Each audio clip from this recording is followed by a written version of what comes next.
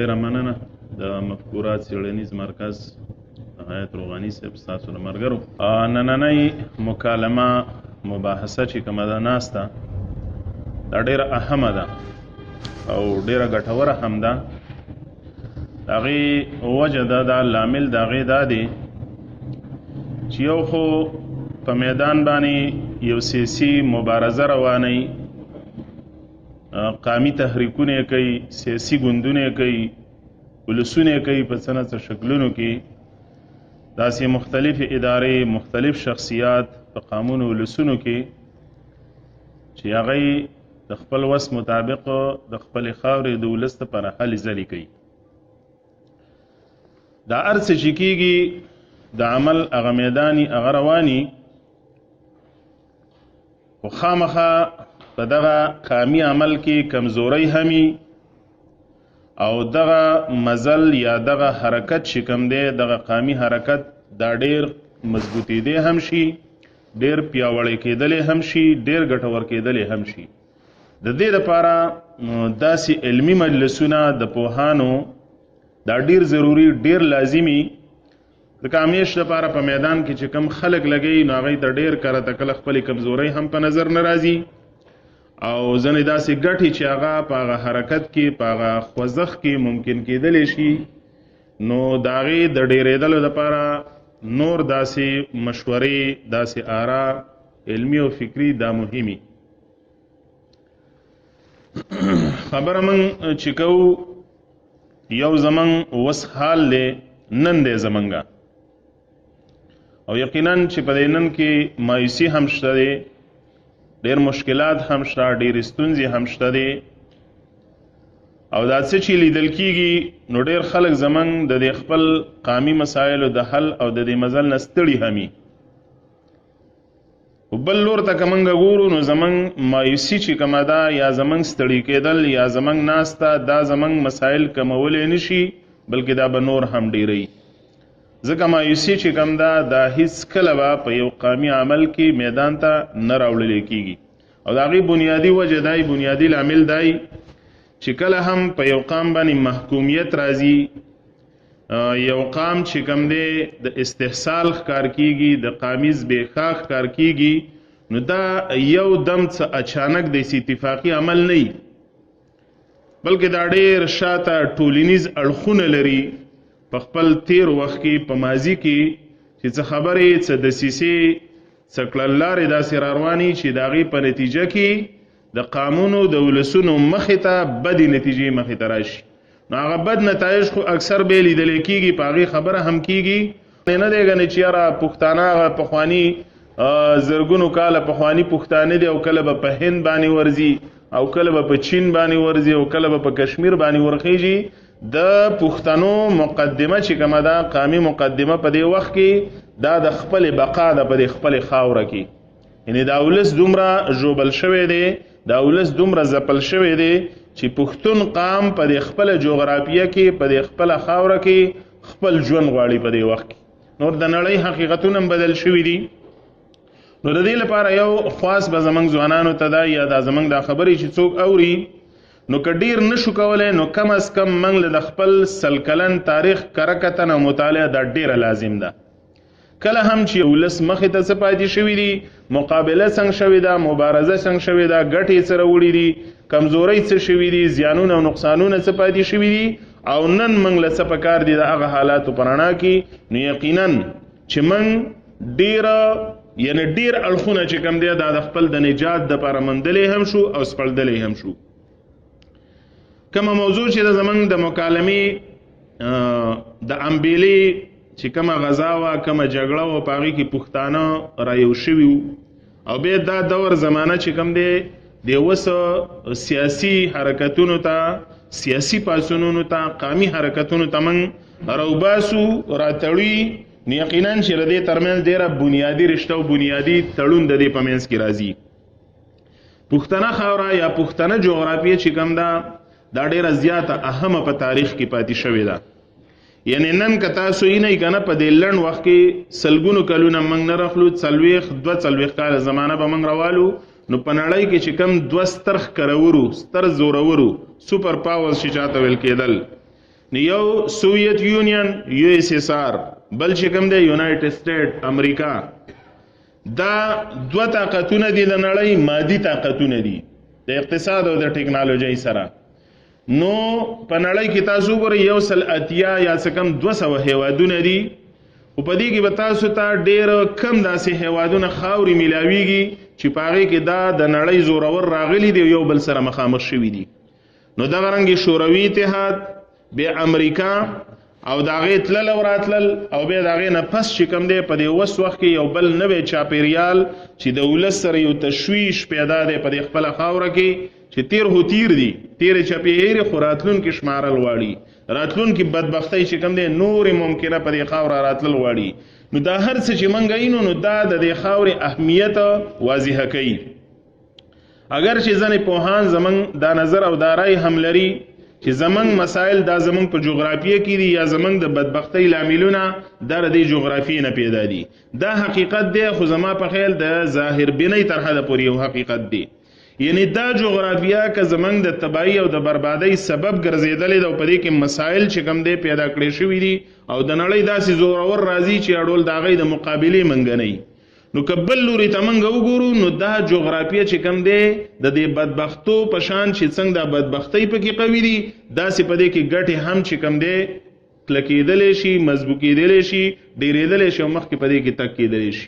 او دا د دې قام د دې پښتون ولس ازمیش دی چې موږ د دې خپلې خاورې ګټې خو وانه خیستلې، خو د دې خپلې خاورې د جغرافیې د بدبختو سره به موږ ورمخامخ.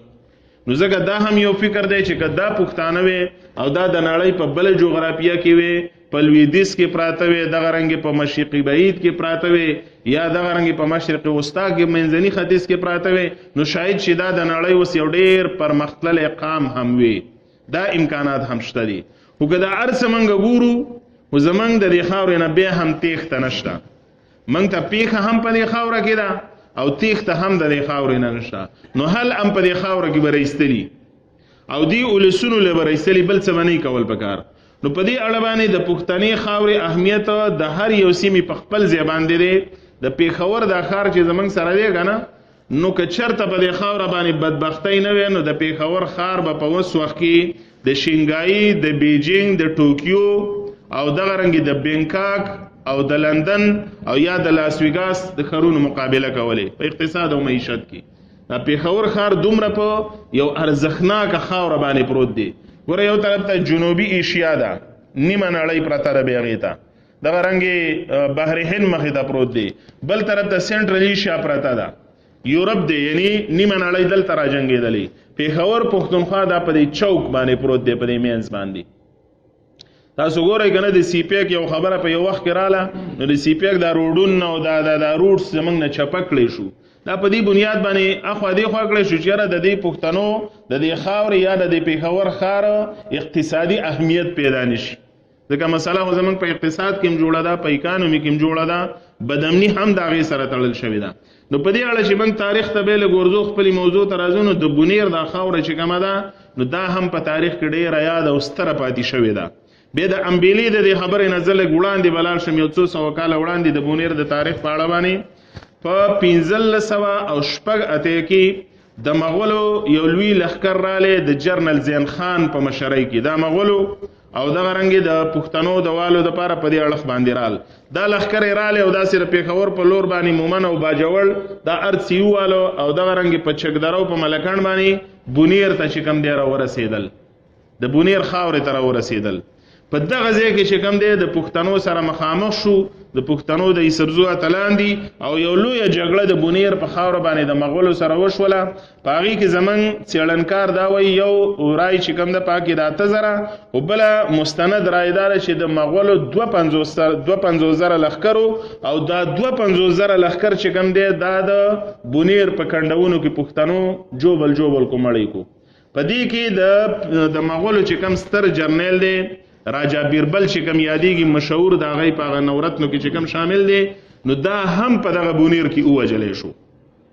او د هغې زور دومره و چې کله اکبر باچا بیا راغلی د اټک په قلعه کې پروت دی ناست دی، نو 3 ورځې اکبر چې کوم دی د خفګان نه ډوډۍ بیا نه خوړله. دا تصور نه کولو ګنې چې یاره ګنې پښتانه هم رالګي زما بیربل غوندې جرنیل وجلی شي، یا زما 250,000 لښکر چې کوم دی په دغه ځنګلو کې ورک شو ترې تم شو پته ونه لګېده. نو دا زمانه دورونه را روان دي دا دور به چې کوم دی 19مې پیړۍ ته ورسېدلو. دا د مبارزې دا د خپل خاورې د ساتنو ځکه د پښتنو په دې خاوره کې په تاریخي توګه د زرګونو کلونو نه د دې قام په نفسیاتو کې د خپل خاورې سره مینه تړل شوې ده. د دې خپل خاورې ساتنه کړي. دا د خپل خاورې مینه جذبه چې کوم ده دا بیا صرف د اسلام سره نه تړل شوی. د پښتنو د ننګ او پد چې په دې خاور باندې منګ یادو دا ننګ او پد په دې خپل خاور د خپل مور په شان چې کوي نو دا د پښتونولۍ په ریخه کې تړل شوی ده. نو دا د اسلام نه وړاندې هم و لکه سکندر یونانی چې کله راځي په دې خاور باندې په 300 او شپږ قبل از مسیح کې اریګاین مساګا بریرا دا کارونه چې کوم دي تمدنونه دا زمنګ په دې بل مخ باندې کوي. نو په وخت کې خو نه اسلام دی نه مسلمانان خپل تمدنونه دي او دا پښتانه په هغه وخت کې د سکندر سره هم ور مخامخ شوي دي د خپل خاورې د ساتنې لپاره خپل مقابله کړې ده. دغه 19مه پیړۍ چې شروع کیږي د امبیلی د تاریخ په اړه زلګ مختصر تاسو تداول غواړم خو د دینه لګ وړاندې وروسته حالات ام باید چې موږ لګ راوس پړو چې موږ پوه شو په خپل خبره باندې. عموما د 19مه پیړۍ شروعات به داسې دي چې په دې کې مغول امپایر دا خو یو اړخ ته لاړې د منځ لاړې. نو دوه خلکو چې کوم دي پښتانه په تاریخي توګه باندې د دې سقامي بد کړی دي اجتماعي بد چې کوم دی ردی خاورې سره یو مغول زمنګ سره کړی دي او دویم پیرنګي او دریم بیا د پیرنګي په ډله کې چې څوک حساب او پاتې شوی دی. نو د دې خاورې بد کړی دي د قام بدی کړی دي ځکه د مغولو په اړه چې کوم دی زمنګ په دې فولکلور کې یا په ولسی ادب کې روسه پوری مثالونه دي. خلک کوئی کور دی مغولو والو یا مغولواله یادېږي د مغولو کله مختلف قسمه چې کوم دی پلانې مغول دی لکه دا خبري اسی نه دی جوړی شوی. دا مسلسل تړاکونه په دې خاور باندې مسلسل د دې خاورې تباہی او بدبختی وا او دی پښتنو باغلیدل لکه دې سلوي خلک چې منګه سینو کنه په دې خلکو په زمته وخت متلونه جوړ شي. دا متل چې کوم دی دا د قام د اجتماعي دانش نه روزي شعر متل او ټپا. نو دا چې رچا په باره کې ټاپا شوله نو تاسو دا یقین وکئ چې هغه سړی به پړي په تاریخ کې یعنی په دې کې په ولسی ادب کې زمنګ سره یعنی زمنګ دومره مستند رای چې کوم دی شیمای په دې کې روزي. دا اسی په تعصب کې پچا پسې نه جوړیږي په ذاتی بادو کې پچا پسې دا متل او ټپی او شعرونه او دا ویناګانی نه جوړیږي. دا د خاور اجتماعي بد شوی نه هغه جوړ شوی. نو مغول یو زمنګ دا خاور چې کوم دی دا د استحصال دوامداره ښکار کړی دا. دویم چې کوم دی دا بد زمنګ سره پیرنګي کړی دی پرې خاور کې او دا بد به داسې شوی دی کنه چې دا اوس وخت کې خدا ارڅ حالات زر بدلیږي اته کال او لس کال او شل کال هغه دور داسې دی چې ټکنالوژي نشته دی مواصلات او وسایل کم دي نو په سونو کلونه به هغه استعمار په دې خاور پاتې کېدو. نو تاسو سوچ وکړئ چې سونو کال په یو خاور باندې زورور پاتې شي کنه نو هغه به کم اثرات په هغه خاور باندې پریدي. لکه موږ د مذهبي افراطیت چې یادو انتها پسندي انتها خوخي چې یادو کنه نو دا د 40 کاله په خاور پاتې شو نو د پښتانه به حیثیت قام لیونی کړل. او تاسو سوچ وکړئ چې دا حالت 100 کاله پاتې شي دا 200 کاله پاتې شي دا بر د قام نه څه جوړي. ځکه موږ وایو چې دې پښتنو ته ګناه نشته دا پښتانه به پوهه کولی او په دای به خپل وطن بچ کولی د دې یعنی د دې قام سکیږي هم نه خور د قام نه په غیر هم نه کیږي زمنګ بل لار د نجات نشته دی. نو دغه د مغول دور نه پس دویم بد زمنګ سبه پیرنګي کوي او پیرنګي هم په خاور باندې پاتې کیږي. د سیک دوره چې کومه ده د سیکانو د رنجیت سنگ وغیرہ نو دام ډیر لګ وخت لپاتې شوی ده چې هغه امرال غاصب شو په خاورې ملوټي کړو پښتانه ملکړل نو دا غي دوره تقریبا شپږ اوش کاله پاتې شوی ده. او ما چې څنګه تاسو ته ویل کنه چې پښتانه قامي بد نه یری نو ګوره د سیک په واره کې هم زمنګ په ولسی ادب کې به ویناوي جوړی شوی دي هغه په مثالونو کې ځکه چې هغه د قام سره بد کړی دي د قام تبا کړی او زپلې دي. ودلته چې پیرنګي راځي نو په دغه زمانہ کې هم په دې نړۍ کې ځنې نور داسې طاقتونه ولکه د دې برتانیوي استعمار سره چې کوم دی په دغه وخت کې فرانس چې کوم دی دا هم خزور ور دی پرتګیز چې کوم یادېږي د پرتګال نه راتلل هغه د دې وطن لوټ مار له هند لپاره را رسی هر یو قوت چې کوم دی دلته کې خپل نفوذ به پیدا کولو. نو کله چې انقلاب فرانس راځي او دغه د 19مې پیړۍ شروعات دی بالکل نو په دغه وخت کې په ایران کې هم قوت موجود دی امپراتوري د دغه خپله. او دلته فرانس چې کوم دی دا هم خپل یو مضبوط قوت لري په دغه وخت کې. د پیرنګیانو دا واک چې کوم دی لکه دا هغه شان بشپړ شوی نه دی، قوي شوی نه دی. دا په ابتدایي حالاتو کې دی چې وړاندې هغې د ایسټ انډیا کمپنۍ نه چې کوم دی خپل سلطنت ته راوړي. نو په دغه وخت کې یو معاهده شوې ده د ایران او د فرانس په منځ کې. یعنې د خپلو بدبختو ته سوچ پکار دی، اګریمنټ کیږي، تړون کیږي د ایران او د فرانس ترمنځ. او په دغه تړون کې دا خبره ایران په غاړه باندې وړي چې د پیرنګیانو خلاف، د انګریزانو خلاف زه به پښتانه راپاڅوم، زه به پښتانه کاروم او د پیرنګیانو مخه به نیسم او فرانس له به مخه ورکوم چې هغه دلته خپل نفوذ او اثرات سیوا کړي. یعنې دا بالکل ابتدایي اګریمنټ دی. ډیورنډ او دا خبرې دا خو ډېر وروستو دي، دا 1315 2-3 دا زمانه ده. بیا دلته بل یو تړون چې کوم دی راځي د پیرنګیانو او د شاه شجاع ترمنځ راځي چې کله سټیورټ الفنسټن او دغه رنګې شاه شجاع دلته په پېښور کې کېناست په 1308 کې یو تړون بل وشو د دوی ترمنځ.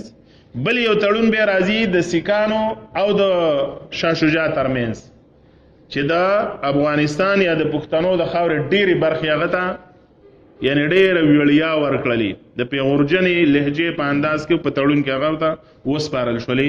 په 1328 کې بیا یو بل تړون چې کوم دی دا د پیرنګیانو دا بیا بل راځي. اگر چې دا یو اقتصادي تړون دی په دغه وخت کې، خو مطلب دا دی د پښتنو نه واک روان دی په دغه وخت کې.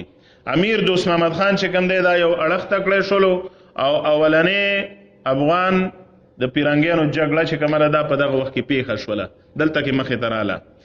بل یو تړون بیا رالی د امیر دوست محمد خان او د پیرنګیانو ترمنځ چې د هغې په نتیجه کې هغه ته واک وسپارل شو په 1355 کې. نو یو دا زمانه روانه ده چې کم ګریډ گیم دی په دې خاوره کې. د نړۍ هر زورور زاری روس دی یو طرف ته د دې خاورې نه تاو دی، فرانسویانو خپل کوشش کولو، او بل طرف ته پیرنګیان چې کم دی دا ډېر په منظم ساینسي بڼه باندې دې خاورې ته راننوتل. نو چې کله سیکان ووال په 1350 کې او پېښور د هغې لاس ته ورغلې، نو زموږ بدبختۍ چې کوم دی دا په دغه ځای کې نورې هم مخې ته لاړې. دلته بیا جګړې شروع شولې. د جګړو دا خبره چې موږ کوو یا د دې اوس وخت د پاڅونونو څخه چې دا خبره موږ راتړو، نو باید په دې هم موږ سوچ وکړو چې د پښتنو په مبارزو باندې، د پښتنو په مقاومت او مزاحمت باندې د مذهب ډېر ستر اثرات پاتې شوي دي. یعنی د دې نه ګټه هم اخیستل شوې ده او د دې مذهب په نامه باندې پښتانه چې کوم دی وال شوي هم دي، ډبول شوي هم دي، د دې استحصال ته لارې هم کولاو کړې شوي دي. که هغه بیا د پیر روښان دوره ده د اخون درویزه، یا په دې وخت کې که تاسو ګورئ د پیرنګیانو دا تاریخ، نو د دې وطن بې غټ غټ مذهبي پیشوایان د پیرانو په شکل کې، په یو شکل او بل شکل کې، دا باقاعده چې کوم دی د دوی سره به په لارو د دې وطن غټ غټ خانان نوابان. نو زمونږ دا ټولنه پیرنګیانو چې ماتوله، نو ډېر په ساینسي بڼه باندې دی دا هر څه سمول. یو اړخ ته د پښتنو مخه چې کومه وه دا د کابل په لور باندې وه، د منځنۍ ایشیا په لور باندې وه. نو د پیرنګیانو په وخت کې یو دا دسیسه کامیاب شو چې دا مخه د پښتنو د هند په لور باندې ماته شوه. د پښتنو دا اجتماعي حافظه چې کوم ده دا د هند په لور باندې راوګرځول شوه. لکه اوس وخت کې تاسو ګورئ په تېره اوس وخت کې چې موږ ګورو که نه، نو کراچۍ تقریبا 1300 کیلومتره زموږ نه لرې ده. د تاجکستان پوله چې کوم ده دا زموږ نه 700 کیلومتره فاصله کې ده. خو ته نن هم د پېښور د یو پښتون نه تپوس وکړه چېرې تاجکستان ته ځي، مزار شریف ته ځي، که نه کراچۍ ته روزګار لري، نه وایي کراچۍ ته ځم، هغه به وایي دوبۍ ته ځم، قطر ته ځم، لاهور له ځم، فیصل آباد له ځم. یعنې دا یو دم چې کوم دی دا مخه زموږ نه ده راستنه کړی شوي. دا د هغه 200 کاله نه یو تسلسل را روانو او زموږ اقتصاد چې کوم دی د دغه مخ نه راستون کړی نو په دې لور باندې رامات کړی شو.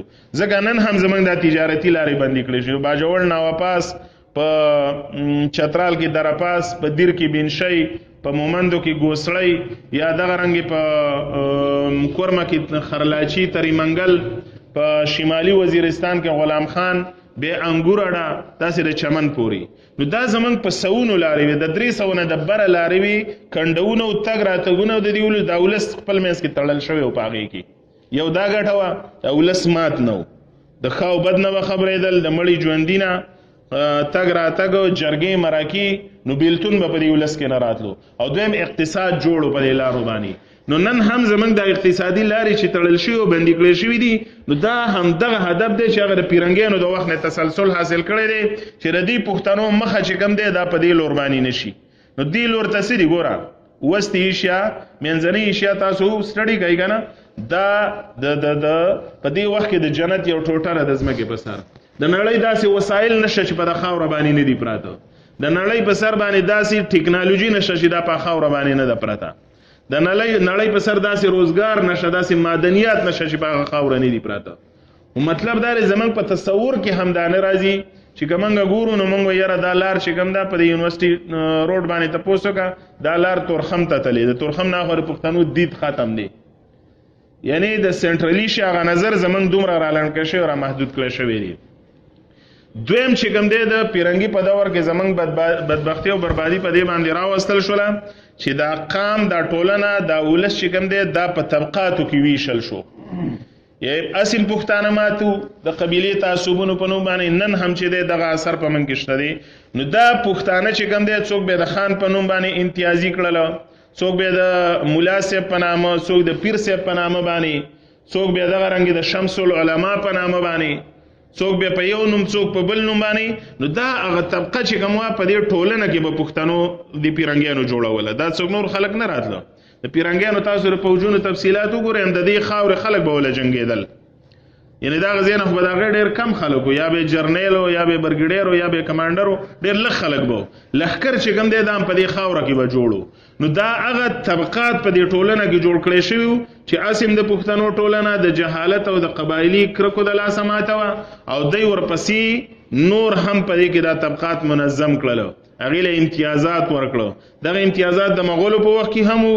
پښتانه لکه مګس ورباندې ګرځي ورته ایښی دی مغول د حلواتال. دا تسلسل روانو د پاکستان په دې واکمنۍ کې هم 2 کاله وچلېدو. ماجب چې کوم به ورته ویل کېده یادېدلو، یا د پولیټیکل ایجنټ د خرچو کم تسلسل به چې روانو که نه. نو ملک صاحب به 15,000 روپۍ کرایي ولګوله په ګاډي باندې، 1000 روپۍ به پولیټیکل ایجنټ ورکړه، خو بس په دې به دی خوشحاله و چې ماله چې کوم دی 1000 روپۍ دا راکړې شي. دا به یو اعزاز ګڼلی کېدلو. نو په دې باندې دا قام هم د یو بل نه مات کړی شو. ستا په دې ټولنه کې چې کم د کار او د مخې سړی به مخوریز هغه هم د قام نه بیل کړی شو. یو د اسلام په نامه باندې چې کم دی زمونږ پاڅونونه به راتلل د غزاګانو په نامه باندې. دغه دور بیا داسې دی چې په افغانستان کې واکمني ده، خو بل طرف ته دا سیمه زمونږ داسې ده چې دا په یو آزاد حیثیت کې هم پاتې ده. آزاد حیثیت دی په دې منځ کې. نو هلته هم لښکرو له پښتانه به تلل، د هغه اړخ نه به مخې راتللې. خو بیا د پیرنګیانو یو بله یعنی د سازش هغه دسیسه چې کومه مخکې لاړه هغه دا وه چې دا پښتني سیمې نورې هم د یو بل سره ماتې کړلې. نو په دې کې لومبی تړون چې کوم دی د ګندمک وشو. ګندمک دا خاوره ماته کړه د امیر یعقوب خان په وخت کې په 1879 او دویم تړون د دې خاورې د ماتېدو د ډیورنډ کرښې په شکل کې وشو. نو ګوره یو طرف ته فاټا، بې پاټا، بې NWP، بې برټش بلوچستان، یعنی دا یو خاوره ده. دا څه شل منطقي نه دي، یو خاوره ده. واکمني خو دلته روایتي پاتې شوې ده که نه. بدبختي خو زمونږ دا ده د افغانستان په هړم که شاهان پاتې شوي خو ولې قام پرست نه دي پاتې شوي. که باچا شي، که لیکوال شي، که شاعر شي، که وکیل شي، که سوداګر شي، خو یعنی چې قام پالنه په ده کې نه وه که نه نو د ده په خبره کې به زیږوالی نه وي، د ده په خبره کې به تاثیر نه پیدا کېږي، د ده په کردار کې به تاثیر نه پاتې کېږي. د قام پرستۍ معنی موږ دا نه کوو چې بس خامخا ته بس په یو ګوند کې د روانې او بس هر سړی دی په جلسه او جلوس کې ناځي. دا یو اجتماعي فکر دی د دې خاورې، ځکه خو بدنام کړی شوی هم دی. نو که چېرته د افغانستان په دې شاهانو کې دا د قام پرستۍ فکر وی نو یقینا چې د ځینو ستونزو سره به موږ نه وی مخامخ شوي. خو روایتي واکمني ده، روایتي باچایانې پاتې شوي دي. د باچاهان او د سلطنتونو بیا خپلې مجبورۍ کمزورۍ راځي. په ځینې ځای کې وایي قام دې په سین لاو شي خو چې باچایي بچه شي. دې مفاداتو یا دې خپلو غرضونو چې کوم دی زموږ د دې قام په دوای کې ډېر بنیادي کردار ادا کړی دی. اگر چې دا موږ نه وایو چې سل په سله په هغې باندې دا پړه ده. لکه د امیر عبدالرحمن خان نه پوښتنه وشوله چې یاره د پښتنو خاوره دا تا ماته کړله یا د پیرنګي له ورکړله. نو امیر عبدالرحمن خان ورته وایي چې خاورې په اګریمنټونو په تړونونو نه نیولې کېږي، په زور نیولې کېږي. زما خاورې ول نیولې ده او بیا ما تړون ورسره رستو کړی دی. یعنی دا خپل مجبوری یا په تاریخ کې صفائی هم بیانې. نو د طبقاتی ویش نه پس دویم جبر د پیرنګیانو دا چې په دې ټولنه کې زمونږ ویش راوستو، زی په زی منګه بریکټس کې بند کړلو، د یو بل نه غوس کړلو.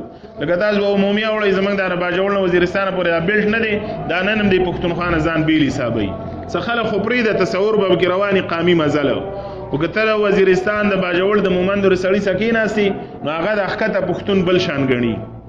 یاره دې وطن پښتون چې کوم دی هغه شان د هغه پښتنو د مسایلو نه دی خبر. لکه 20 کاله پوځي اپریشنې په موږ وچلېدې که نه، په چیک پوسټونو کې بېعزتي، کورونه، بازارونه ړنګ کېدل، جټ جازونه او بمبارۍ، خو په نوره پښتونخوا کې هغه شان د ولس غبرګون د هغه ولس په باره کې نه راتلو. یعنې دا بېحسي هم شته دی، خو بل طرف ته موږ غوس کړی شوي دي یو بل نه، پرې کړی شوي دي یو بل نه. د مړي ژوندي نه تګ راتګ نه او بیا د هغې سره سره چې کوم دی د ریاست کرښې زموږ په منځ کې رالي په یو نوم او بل نوم باندې. په امبیله کې په نومبر 20 نومبر نواله تر د 28 دسمبره پورې یو جګړه پیښه شوې ده په تاریخ کې. خو د دې سره سره د امبیلې کنډو یا سرکاوی دا کنډو غرونه دي د بونیره دلته که نقشه روغاني صاحب دغه کولی شو لږ به مونږ بیا ښه پوه شو په هغې باندې. نو دا ټول کنډونه دي، د هغه وخت نه د مغولو د وخت نه په دې کې جګړې شوي او د پیرنګیانو د وخت نه هم په دې کې بیا دغه شوي دي. نو زمونږ خلک چې کوم دی په دې جګړو کې د دی دا مهارت و که نه چې دی پکې د جنګ ځای هم پېژاندو او د ځان د پناه کېدو ځای به هم پېژاندلو. نو دا د دی د جګړو په دې خپل جغرافیه کې هغه یو مهارت نفسیاتي جوړ شوی دی. نو کله به د دی په مقابله کې لوی لښکر رالی خو یو څو کسانو به لښکر ځغلولو او ماتولو وي. دا مقابلې وشوي د مغول په وخت کې وشي، د پیرنګیانو په وخت کې، او دا د بونیر سیمه ډیره یاده پاتې شوله. اوس زمونږ علمیه د بونیر په اړه باندې دا جوړه شو، دا یو د دې موضوع نه بار خبره ده خو ضروري ده چې د بونیر خاوره یا د بونیر اولس چې کوم دی دا د یو خندا او مسخرې په طور باندې پیش کړی شو. که خلک وایي که نه هلکه بونیرې دی، بونیرین دي، بونیرې د بونیرې، لکه هسې سوچ وکړئ که نه په دې بونیر کې څه کمزوري شوې ده یا څه چل شوی دی.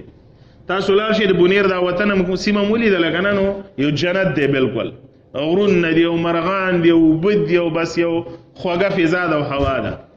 په جغرافیه کې اوس مسله نشته. که د بونیر خلکو له لاړئ نو اوس وخت کې مثلا د سردار بابک په شان داسې خلک پکې دي چې د دې ټول قام ترجماني کوي. په ټول پښتنو کې دویم داسې سړی شته دی دا د بونیر په خاوره باندې دی. په ولس کې هم مسله نشته. مسله دا په تاریخ کې جوړه کړې شو او باقاعده چې کوم دی دا لطیفي دا مسخرې دا پیرنګیانو په خپلو کتابونو کې د دی په اړه باندې جوړې کړي. دا د دی نه په تاریخ کې د انتقام اخیستلو دپاره چې مغول یې تباه کړي دي، پیرنګیان یې ځپولي دي، نو راشه د دی نه داسې یو یعنې د تعصب په شکل کې کرکه پیدا کا په نصاب کې، په تاریخ کې، په دې کې چې هیڅ حواله د هغې دپاره نشته. یعنی د بونیر د کمترۍ دپاره لکه کومه حواله ده چا څه په تاریخ کې چې یو سړی وایي دا ده او دا ده. که کمزورۍ خبره من کوو که نه، خو په دې پښتنو کې پښتونخوا کې په کوم ځای کې په چا کې نشته، په کومه ټولنه کې نشته. نه یو مثالي قبیله شته په نړۍ کې، په ټوله نړۍ کې چې دا فخر وکړي چې دا قبیله ټول په ټوله مثالي ده یا خالص ده. نه داسې یو قام شته دی خالص، خو قام خدا اجتماعي ټولنه یې راغونډه شوي، اجتماعي دا نشي په هغې کې، په هغې کې ښه مي، کمزوری مي، تکړه مي، بېکاره مي، خو ټول په ټوله یو خاوره سپکه یادول، ټول په ټوله یو ولس قبیله سپکه یادول. دا د تاریخ مسایل دي چې په موږ کې جوړ کړی شوي. نو دا بل هیڅ نه دي، خو دا د بونیر مړانه چې کوم دی پټول، ورکول او په ولس کې د سپکولو دپاره دا د پیرنګیانو په وخت کې دا کوششونه شوي دي.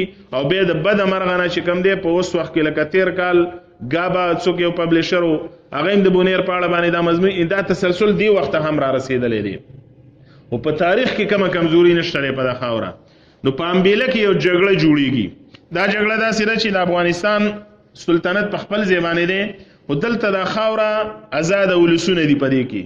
بیا د قبیلې چې کوم دی خپل پاڅونونه دي راټولنې دي په دې کې. په دغه وخت کې د سوات سیدو بابا مولانا عبدالغفور چې کوم زمونږ د سوات د والین صاحبانو پلار دی، په 1890 کې هغه وفات شوی دی. نو دی یو ستر روحاني او مذهبي شخصیت دی او په ده باندې ولسونه راغونډېږي. قبایلي ټولنه ده په دغه وخت کې، یعنې موږ قامیت ته لا نه یې تلي، ډېر د قامیت په مزل کې موږ شاته یو. د پښتنو قامي مزل چې کوم دی سیاسي مزل دا د 1920 نه پس شروع شوی دی. بیا زره د اوسني پاسونونو او دغه وخت تقابل تاسو وروسته مختصر وایم چې په هغه پاسونونو کې څه او په دې اوس پاسونونو کې څه امتیازات موږ ته راغلي دي. نو په قبایلي ټولنه کې دای چې په یو روحاني شخصیت یا په یو مخاوري شخصیت باندې خلک خره غونډيږي، په اسانه باندې په هغه باندې خلک دواګان اتفاق کوي. کنه قبایلي ټولنه هم منتشري کنه یو ویتانه منم بل ویتانه منم. نو د قبایلي ټولنې راغونډول په سیاست کې یا په قامي مزل کې دا ټولو نگران کار دی. وس هم زمونږ را دی بدبختو یو لوی لامل هم دا دی چې موږ وس هم په دغه ټرایبلیزم کې درنه نوتی او پاغي کې نه ختی او پاغي کې زمون کرک یو دا جوړول کیږي. نو دغه سیدو بابا یو مذهبي روحاني شخصیت دی او نور قبایلی شخصیات په ټولنه کې موجود دي.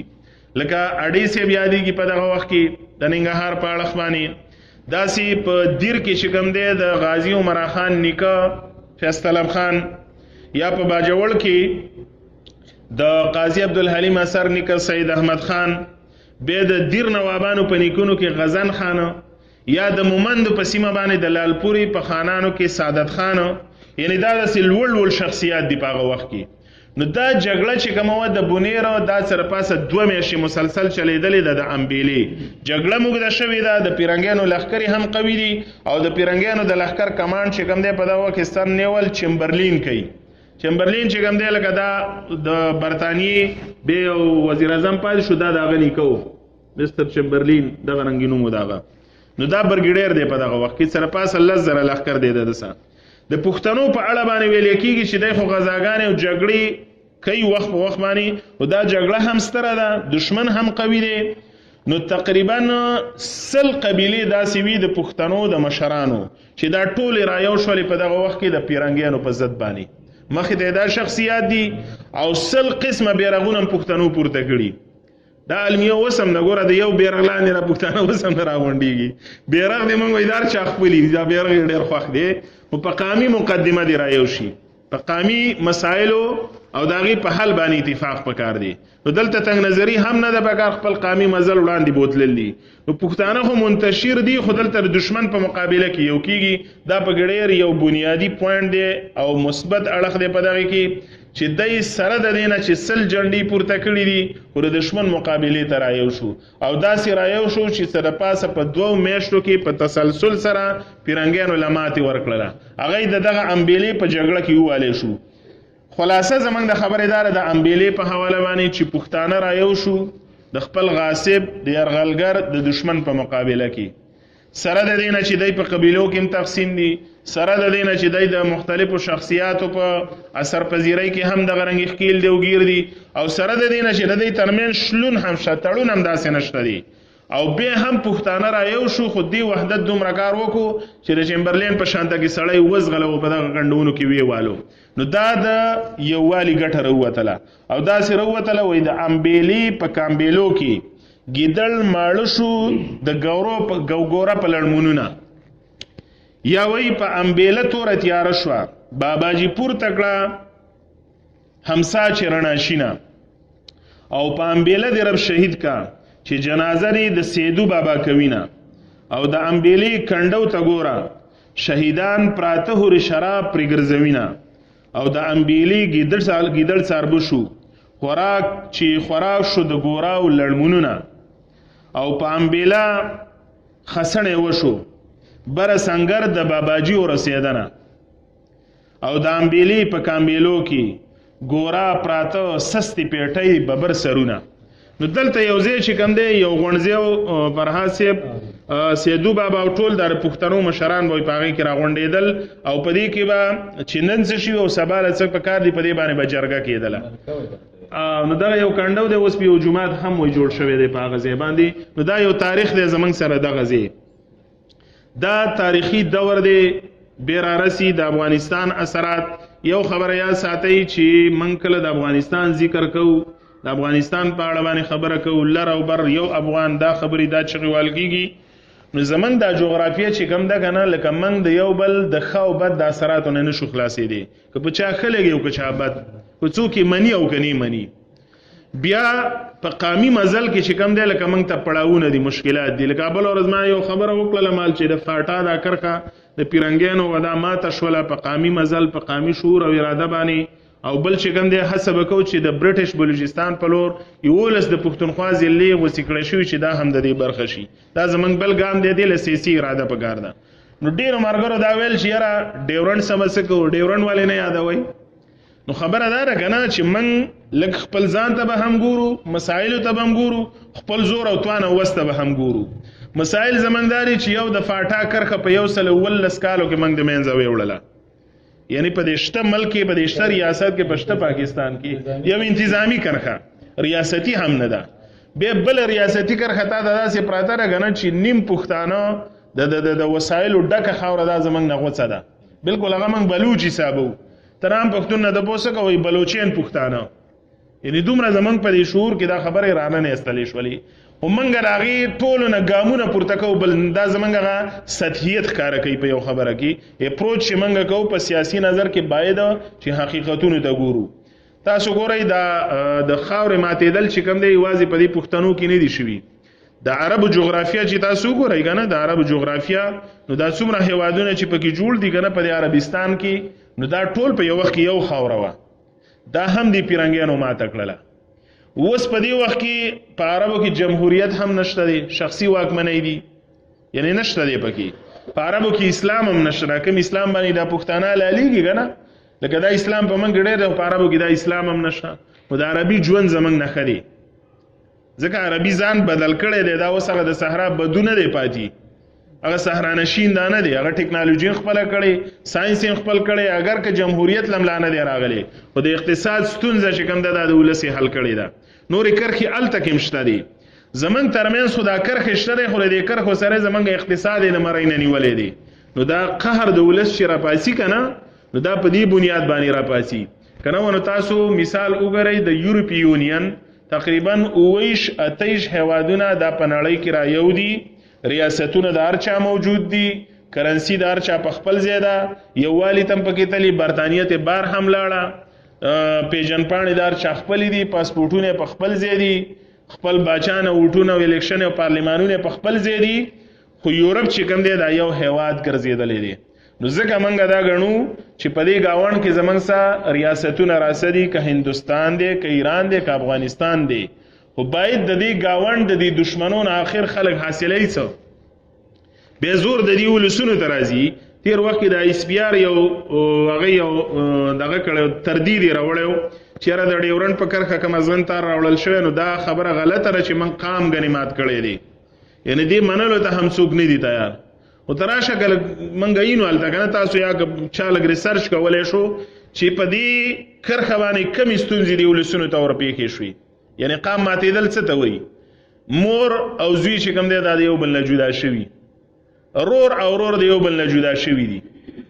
لکه کرښه خو ستا شته دی، یا کنټه تار هم دی پرې راوستی دی، خو دا مړی ژوندی پرې ولې دا پښتانه نشي کولی؟ دا په نړۍ کې په کم قانون کې لکه بند کړی شوي دي.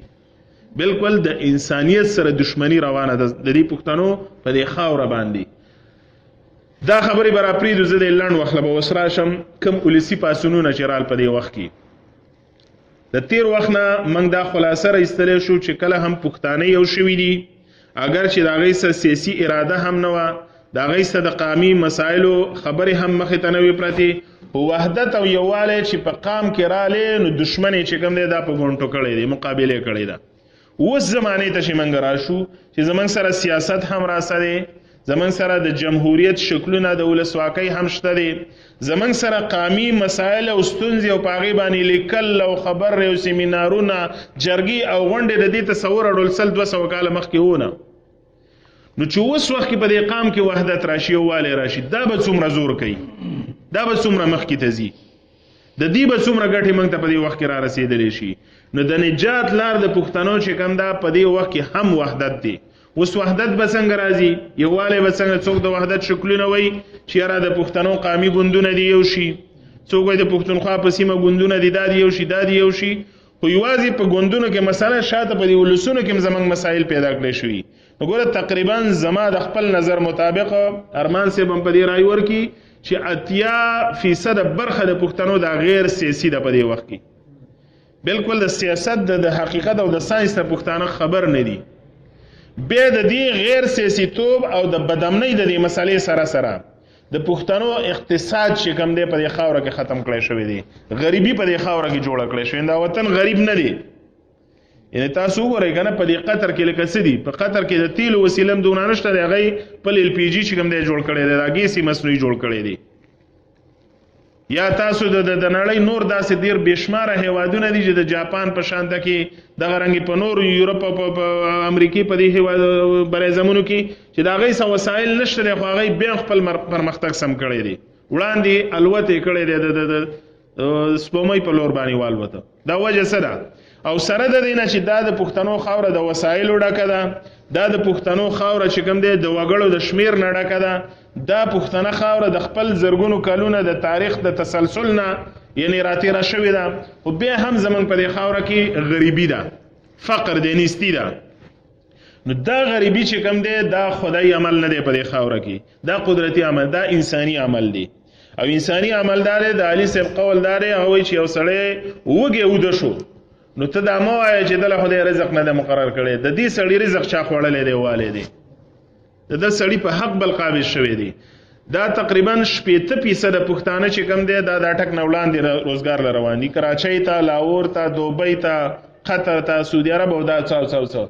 یعنی دا داسې نه ده چې د دې 80% وګړو رزق په دې خپله خاوره کې نشته، د دې 80% برخه وګړو رزق چې کوم دی دا وهل شوی دی په دې خاوره باندې، غلا کړی شوی دی، چا خوړلې دی، څو غاصب شوي دي په دې خاوره باندې. نو د هغې نتیجه به دی چې کله هم په یو خاوره کې استحصالي، په یو خاوره کې د ولس حقوق د خپل لاندې کېږي، نو دا د څوک تصور هم نه کوي چې په خاوره کې به قامي تحریک ګڼې نه پاتې کېږي، یا دا څوک تصور هم نه کوي چې په خاوره کې به قامي تحریک پیاوړی کېږي نه، که هر څومره ته وځپي، که هر څومره ته وچقي، هر څومره ته خپل لاندې کېږي، خو چې د ولس مسائل ته نه حل کې، د یو قام د محکومیت لاندې ساتي، د هغې د حقوق او د وسایلو د استحصال تسلسل رواني، نو ته دا یقین ساته چې قامي تحریک به خامخا پیاوړی کېږي، مخکې به ځي. یعنی دا قامي تحریک معنا دا نه ده کنه چې بغاوت دی په یو ټولنه کې. په امریکا کې ولې لکه قامي تحریکونه نه پاتې کېږي، اوس یو دور دی راتېر شوي دي کنه، ګټلې دي مقدمات. په یورپ کې دا ولې نشته دی، په د منځنۍ ایشیا په دې هیوادونو کې ولې نشته دی، هلته حقوق میلاو دي ولسونو ته. زمونږ مقصد چې کوم دی لکه د قامي سیاست او د دې خبرو نه ذاتي ګټې نه دي، نه د چا ذاتي سیاستونه دي، خو دا ولس د خپلو حقوقو د ګټلو جوګه کول دي. د دې لپاره چې موږ راځو دا وایي چې وحدت پکار دی، ولس را یو کول، نو څنګه به را یو کېږي؟ نو دې بنیادي خبرې ته زه راځم چې کوم دا ولسي پاڅونونه په دې وخت کې را جوړ شو، دې زمونږ دې سوال ته ډېر یو بنیادي جواب ویلو، او ډېر یو مدلل جواب چې کوم دی دا په میدان باندې هم نړۍ ولیدل زمونږ سره. او دا جواب ځکه مستند دی چې شاته په دې ولس کې موږ وینو که نه په ولس کې د دې اثرات خواره شو.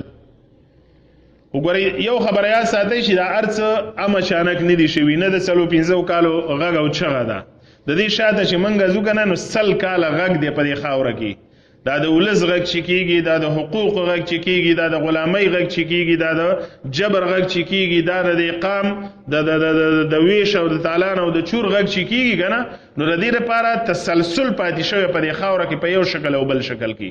موږ به تاریخ د پامه نه ګرځو، په وخت کامیاب شوی او ناکام شوی، دا خو خپل سوال دی په خپل ځای باندې.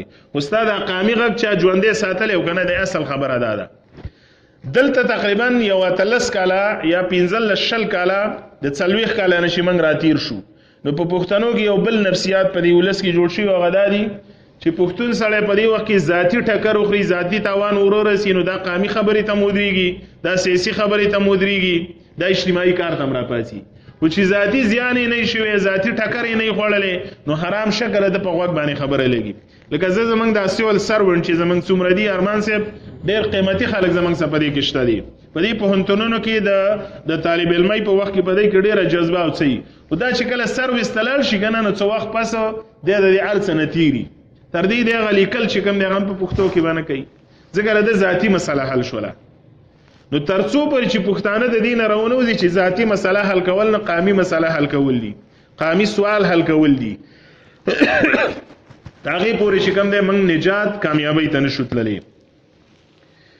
نو په دې وخت کې یو خو ذاتي زیانونه رالي پښتنو ته په هر شکل باندې، دا د بتخورۍ دا نوم چې اورئ که نه، نو لکه ځینې حقیقتونه داسې اوس یې وخت نه دی، ولکه دا موږ د شل کال نه یې چې دا لوبه روانه ده د چا په غوږ نه لګېده نه په دې خبره کېدله او دا څیز چې کله دومره خور شو چې کنه چارې کارخانې ته هم ننوتو هر پېټرول پمپ ته هم ورسېدو هر دوکاندار ته هم ورسېدو نو غږ وشو چې بهی بته روانه ده واخیستلی کېږي دي حالانکې دا خبره د شل کاله نه را روانه وه نو پښتنو کې یو دا نفسیات جوړ شوي دا د غیر سیاسي کېدلو اثرات لاملونه دي زمونږ په نفسیاتو کې داخل شوي چې ذاتي زیان ما ته نو زه به پاڅم دغه په خپل ځای یو کمزوري ده په دې وخت کې دا جګړې رالې پوځي اپریشن رال یا بدامني چې کوم دا خو در روانه وه د افغانستان د لوري نه او هغه د افغانستان مړو ته چې کوم دی لکه موږ به مړي نه ویل سړی به مړ شو موږ ویل به شهید شو به جنت ته ولاړ شي او دغه رنګ د شهید بچی پاتې شو دا یو تصور را روانو خو چا هم دا سوچ نه کو چې دا 40 لک افغانان هلته مري که نه نو د دې یو سړي د دې یو پښتون وګړي شاته کونډ هم پاتې شوه ماشومان هم پاتې شو کور هم پاتې شو شهید خو شو هغه خو لکه دا کور دا کونډه دا ایتمان دا به څه کوي دا به چېرته ځي داسې کور په افغانستان کې پاتې نه شو په تېر 40 کاله کې چې هغې ته مړی نه ننوتو تاسو ګورئ که چېرته خدای دې مکړي څوک څه مخ شوي یا مخ شي خو بیا هم که د دې درده څوک تېر شوي د دې احساس هغه کولی شي چې ستا د کور یو وګړی ووژلی شي نو د هغې اثرات په هغه کور باندې صحیح او دا احساس موږ نه کوو نو دا اور چې کله دې خوا راواوښتو بیا روان دی اباسین هم دا نشي راټینګولی دا اور دا لمبې دا په اباسین باندې هم څوک نشي رایسارولی او نه دا ردې حل دی تر څو پورې چې تګلاره سمه نشي پالیسي سمه نشي خارجي اړیکې د ګاونډي هیوادونو سره او د سیاست په بنیاد د جمهوریت په بنیاد باندې موږ د ولسونو حقوق ونه منو هغې ته ژمن نشو ولس ته چې حقوق ورنکړی شي که نه نو په دې خاوره کې استحکام دا څوک نشي راوستی نه په دې کې دا غږونه چې کوم دی څوک چپ کولی شي نو تصور هم را روانو سوال هم دا را روانو چې یاره پښتانه دي یو شي خو څنګه به یم کېږي نو په دې کې دا سوال چې کوم پاڅونونه را جوړ شو اگر چې د پرلت دا روایت چې کوم دی په تاریخ کې هم شته مثالونه وخت په وخت د احتجاجونو خو یو لوی بهیر دی خو دا ساینسي پرلته چې مړی رواله په سره کې کېده د کالونۍ مخې ته کېده د پوځي کیمپ مخې ته کېنه په سړک باندې د مړو سه کېنه د مړي نه پس ولس دې کېني دا تصور دا زموږ څه جدید رالی د خپل قامي سیاست ته دا د دې حالاتو نه پس موږ ته راننوتو نو دا خو د وزیرستان په دې سیمه د یو وخت نه را روانو او باقي پښتونخوا ته چې کوم دی دا څیز نه داخل شوی خو مسائل چې را داخل شو نو د مسائلو نه پس هغه شکل چې کوم دی څه نه زوځه کړی شوی و نو لومبی پاڅون دا بیا په دیر کې وشو د دیر نه پس چې کوم دی بیا ورو ځای په ځای باندې وشو په باجوړ کې اته ورځې پرلت د په تاریخ کې د باجوړ اته ورځې پرلت نه دی شوی او بالکل د پوځي قلا مخې ته وشو سیول کالوني د پوځي قلا ده او لارې دي د دې پوځونو تګ را دا اته ورځې چې کوم دی بلاک وي په هغه ځای کې ولس په هغې کې ناست او بیا دغه شکل چې کوم دی خور کړل لاړ ټول پښتونخوا ته راخور شولو نو په تیر وخت کې په اوس وخت کې چې کوم موږ توپیر او فرق د دې پاڅونونو وینو او یا د امبیلې د غزا وحدت د پښتنو چې موږ دې وخت راوباسو نه نتیجې دا ده چې په جنګ کې یو قام یو کېږي او ګټه کولی شي چې په سیاست کې یو شي ګټه به ولې نشي کولی په قامي مسایلو کې چې ولس را یو شي لکه په امبیله کې په هغه وخت کې سیدو بابا دا چغه نه واله چې روزګار نشته دی یا سیدو بابا چې کوم دی په هغه وخت کې دا چغه نه واله چې یا روس راغلی دی یا دا راغلی دی یا خاوره نیولې یا دا یا د خو د جهاد او د غزا جذبه وه په دې وخت کې زموږ قامي سیاست بالکل ساینسي بڼه خپله کړې ده دا ډېره د ویاړ خبره ده پښتانه چې کوم دی دا په خپلو مسایلو باندې پوهیږي په حقیقتونو باندې دی رسي نو د هغه وخت زموږ یو توپیر دا دی چې دا پاڅونونه په سیاسي اراده عزم او نظریه باندې ولاړ دي دویمه دا ده په تیر وخت کې چې غزاګانې به د پښتنو رالې نو د یو جنګ پورې به ټولنه وه به جنګ به وشو غزا به وشو ور سړي به خپله شړۍ په اوږه کړه که چا به غنیمت ورسېد که نه دا به لاړ د اوس وخت دا پاڅونونه چې کوم دی دا د قامي مسایلو د حل په بنیاد باندې کینی او په دقه بنیاد باندې پاڅي لکه باجوړ کې اوس موږ 12 نکات مخې ته کېښوده یو ذاتي مسله نه وه ټول قامي مسایلو تر دې چې د افغانستان لارې او د امن ذموارۍ چې کوم دی دا د هغه وخت د چارواکو نه لاسلیکونه په هغې باندې اخیستل یو فرق د هغه دور سره زمونږ دا رالی د وحدت نه پس چې دا خو په هغه وخت کې نه دی چې په دې پاڅونونو کې زمونږ سره قامي مسایل را سره دي د ولس محکومیت را سره دی د ولس د حقوقو چې کوم دی ژغورنه ده د هغې اخیستنه زمونږ سره په دې کې شامله ده